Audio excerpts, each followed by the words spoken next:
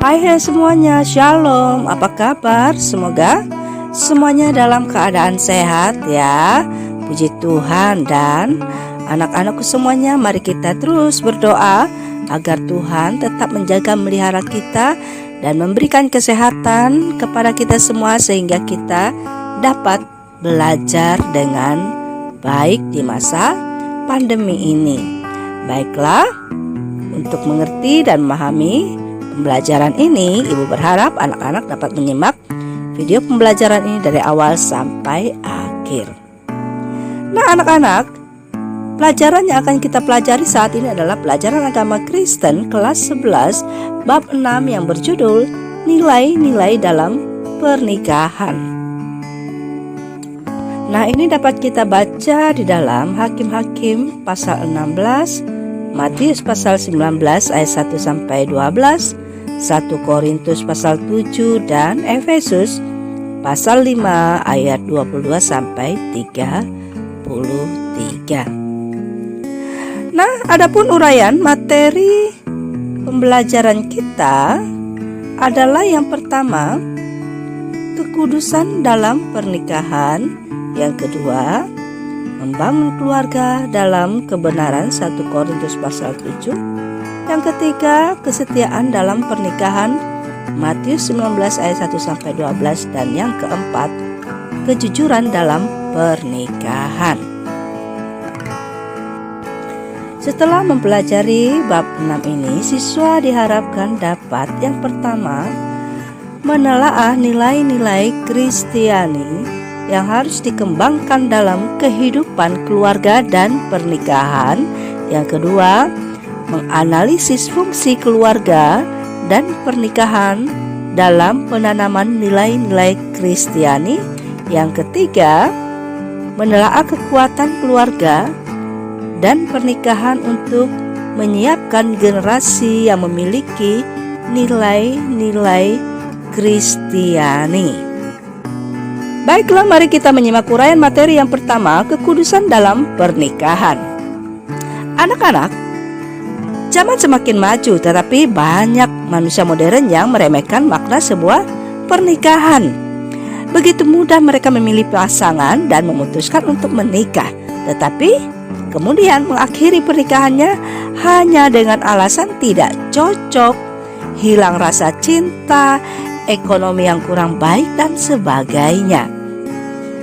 Nah, pernikahan adalah awal terbentuknya sebuah keluarga Kristen. Pernikahan kudus adalah pernikahan yang dilaksanakan dalam kekudusan tanpa noda dan dalam iman bahwa Allah yang telah mengikat seorang laki-laki dengan seorang perempuan yang disaksikan jemaat. Jadi, pernikahan bukan sekedar upacara keagamaan di dalam gereja atau pesta dalam sebuah resepsi mewah. Seharusnya pernikahan selalu mendatangkan sukacita apabila dilakukan dalam berkat Tuhan. Nah anak-anak, di dalam perjanjian lama menjelaskan bagaimana cara hidup dalam kekudusan, baik dalam hidup pribadi, sosial, di dalam maupun di luar rumah, keluarga, dan komunitas lainnya. Menjaga kekudusan pernikahan berarti memelihara dan membangun rumah tangga dalam kesetiaan, kasih, dan kejujuran. Di dalam Imamat 19 ayat 2 mengatakan, kuduslah kamu sebab aku Tuhan Allahmu kudus. Perzinahan dalam bentuk apapun adalah kenajisan di hadapan Allah. Nah anak-anak, kekudusan dalam sebuah pernikahan adalah prasyarat bagi sebuah keluarga agar mengalami berkat, kebahagiaan, dan penyertaan Tuhan. Kekudusan dalam pernikahan menuntut seseorang, baik suami, tetap dalam hidup kasih kepada istri, demikian juga sang istri kepada suami. Banyak pernikahan hancur karena perzinahan atau kasih yang terbagi. Akhirnya keluarga pun bercerai-berai. Hal tersebut melahirkan kebencian, menoreh luka yang dalam, dan anak-anak kehilangan figur orang tua yang baik. Dampak dari kehancuran pernikahan tidak hanya dirasakan oleh pasangan suami istri saja, tetapi juga melukai hati anak-anak dan seluruh keluarga. Oleh karena itu, pernikahan harus dibangun dalam kekudusan di hadapan Allah yang Maha Kudus. Uraian materi yang kedua, membangun keluarga dalam kebenaran. Anak-anak, pernikahan bukan sekedar keinginan dua manusia, melainkan kehendak Allah bagi seorang laki-laki dan seorang perempuan. Di dalam 1 Korintus 7 secara khusus Paulus membahas pernikahan. Allah mengizinkan seorang laki-laki kawin dengan seorang perempuan karena Allah membenci percabulan. Seorang suami berkewajiban memenuhi kebutuhan istri dan sebaliknya, seorang istri wajib memenuhi kebutuhan suaminya. Nah, dalam sebuah pernikahan, suami dan istri tidak boleh egois. Istri adalah milik suami dan suami adalah milik istri. Itu sebabnya seorang suami harus mengasihi istri sama seperti Kristus telah mengasihi jemaat, bahkan rela mati bagi jemaat, Efesus 5 ayat 25. Dan mengasihi istri sama seperti mengasihi dirinya sendiri, Efesus 5 ayat 28. Nah, demikian juga dengan istri harus tunduk kepada suami sama seperti tunduk kepada Kristus, Efesus 5 ayat 23. Inilah komunitas pernikahan yang sesungguhnya, yang dibangun dalam kebenaran sesuai firman Allah. Uraian materi yang ketiga, kesetiaan dalam pernikahan. Nah, anak-anak, Alkitab secara serius menjelaskan prinsip pernikahan yang dikehendaki oleh Tuhan. Sejak mulanya Allah telah merancang bahwa pernikahan itu adalah persekutuan, komitmen dari seorang laki-laki dengan seorang perempuan untuk membangun kehidupan bersama di hadapan Tuhan. Allah tidak pernah merancang poligami atau poliandri. Nah, jika saat ini ditemukan banyak orang melakukan poligami atau poliandri, itu adalah keinginan manusia saja, bukan rencana Tuhan. Di dalam Matius 19 ayat 1-13, Tuhan Yesus menjelaskan tentang hal ini untuk menjawab pertanyaan orang Farisi yang ingin mencobai Yesus. Di dalam Matius 19 ayat 4 mengatakan, "Tidakkah kamu baca bahwa Ia yang menciptakan manusia sejak semula menjadikan mereka laki-laki dan perempuan?" Jawaban ini hendak menjelaskan bahwa pernikahan itu berpasangan, tidak lebih dari sepasang, atau bukanlah sejenis, bukan juga dengan makhluk ciptaan lain, hanya manusia saja. Setelah laki-laki bersatu dengan perempuan, mereka bukan lagi dua melainkan satu. Karena itu, apa yang telah dipersatukan Allah tidak boleh diceraikan manusia. Matius 19 ayat 6. Alkitab melarang perceraian. Pernikahan adalah persekutuan dan akan seumur hidup selama keduanya masih hidup. Jadi anak-anak, pernikahan Kristen adalah pernikahan kudus, monogami, dan tidak boleh diceraikan dengan alasan apapun. Allah menghendaki adanya kesetiaan sepanjang umur antara suami dan istri, sebab Allah adalah setia. Nah, dalam kesetiaan inilah suami dan istri membangun pernikahannya, sehingga seluruh hidup, kasih, dan perhatian tercurah untuk pasangannya, tidak dinodai oleh perzinahan dalam bentuk apapun. Kesetiaan itu kudus dan mencakup totalitas hidup. Uraian materi yang keempat, kejujuran dalam pernikahan. Pernikahan Kristen terkait dengan perjanjian di hadapan Tuhan yang tidak dapat dibatalkan oleh siapapun dengan alasan apapun. Anak-anak, tidak ada pernikahan tanpa masalah, tetapi akan selalu ada cara menyelesaikan dan mengatasi masalah tersebut. Untuk itu diperlukan keterbukaan antar pasangan, yaitu jujur dalam komunikasi. Tidak ada hal sekecil apapun yang boleh disembunyikan dari pasangan.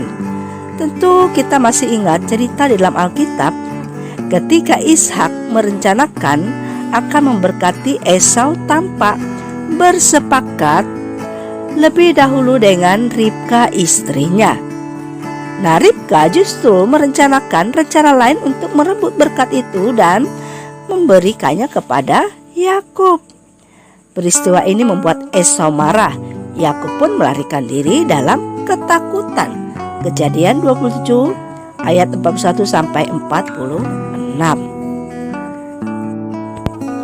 Meskipun akhirnya Esau dan Yakub berdamai, mereka telah mengalami peristiwa yang menyakitkan dalam pernikahan kedua orang tuanya. Kejadian 32 ayat 1 sampai 21. Nah, kita juga ingat cerita tentang Delilah berlaku curang terhadap Simson suaminya. Perbuatan Delilah ini mendatangkan malapetaka dan penderitaan bagi Simson yang akhirnya bagi bangsa Filistin. Hakim-Hakim 16. Jadi komunikasi yang terbuka menghindarkan suami dan istri dari dosa karena mereka akan bersehati untuk mencari jalan keluar bersama atas setiap masalah. Anak-anak, kejujuran meniadakan prasangka, mengatasi rasa cemburu yang buruk atau pikiran yang negatif terhadap pasangannya. Kejujuran menumbuhkan kasih yang mendalam, rasa aman, ketenangan, dan kebahagiaan dalam pernikahan. Kejujuran kadang-kadang dapat melukai hati pasangan, namun kejujuran juga akan mendatangkan pengampunan satu dengan lainnya. Oleh karena itu, nilai ini sangat penting dalam sebuah pernikahan. Nah, anak-anak, ini adalah materi pembelajaran kita pada hari ini. Melalui materi ini, kita mempelajari bahwa dampak dari kehancuran sebuah pernikahan tidak hanya dirasakan oleh pasangan suami istri saja, tetapi juga melukai hati anak-anak dan seluruh keluarga. Oleh karena itu, pernikahan harus dibangun dalam kekudusan di hadapan Allah yang Maha Kudus. Sebab kekudusan adalah prasyarat bagi sebuah keluarga agar mengalami berkat, kebahagiaan, dan penyertaan Tuhan. Selain itu, kita harus mengetahui bahwa pernikahan Kristen adalah pernikahan kudus, monogami, dan tidak boleh diceraikan dengan alasan apapun. Untuk itu, diperlukan keterbukaan antar pasangan, yaitu kejujuran dalam komunikasi. Keterbukaan dalam komunikasi akan menumbuhkan kasih yang lebih besar lagi dalam usaha berjuang membangun pernikahan harmonis. Kejujuran meniadakan prasangka, mengatasi rasa cemburu yang buruk atau pikiran yang negatif terhadap pasangan. Jadi, kejujuran menumbuhkan kasih sayang yang mendalam, rasa aman, ketenangan, dan kebahagiaan dalam pernikahan. Amin. Nah, anak-anak, pembelajaran kita sudah selesai. Ibu berharap anak-anakku semuanya dapat mengerti dan memahami pelajaran yang sudah kita pelajari dan dapat menerapkannya di dalam kehidupan sehari-hari. Terima kasih atas perhatiannya, dan tidak lupa Ibu terus ingatkan agar tetap ingat protokol kesehatan, dan sampai bertemu di pertemuan selanjutnya. Tuhan Yesus memberkati. Shalom.